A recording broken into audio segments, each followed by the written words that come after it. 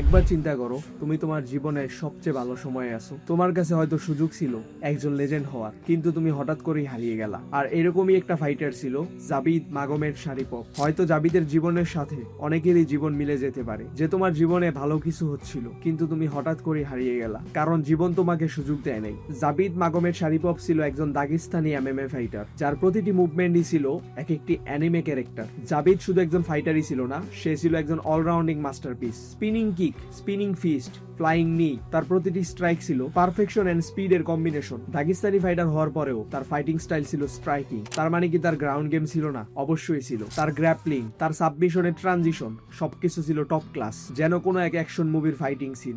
এমন এক ট্যালেন্ট যে সত্যি চ্যাম্পিয়ন হতে পারত, আর সে হঠাৎ করে হারিয়ে গেল। কোনো বড় হারের কারণে নয়, অথবা কোনো খারাপ কাজে ফাইসা যাওয়ার কারণেও নয়। এমন মানুষও হারিয়ে গেল শুধুমাত্র অসুস্থতার কারণে। তার অনিয়ন্ত্রিত পেশি সংকোচনের কারণে তার শ্বাস নিতে সমস্যা হইতো। এর সাথে তার ইমিউন সিস্টেমেরও সমস্যা ছিল, যার কারণে তার রিকভারি করতে অনেক সমস্যা হইতো। তাই সে আর ফাইট চালিয়ে যেতে পারে নাই, আর এখন সে অন্যান্য সাধারণ মানুষের মতো জীবনযাপন বেছে নিছে। জাবিদ যদি থাকতো তাহলে হয়তো ফেদার ওয়েটের ইতিহাসটা আজকে অন্যরকম হইতো।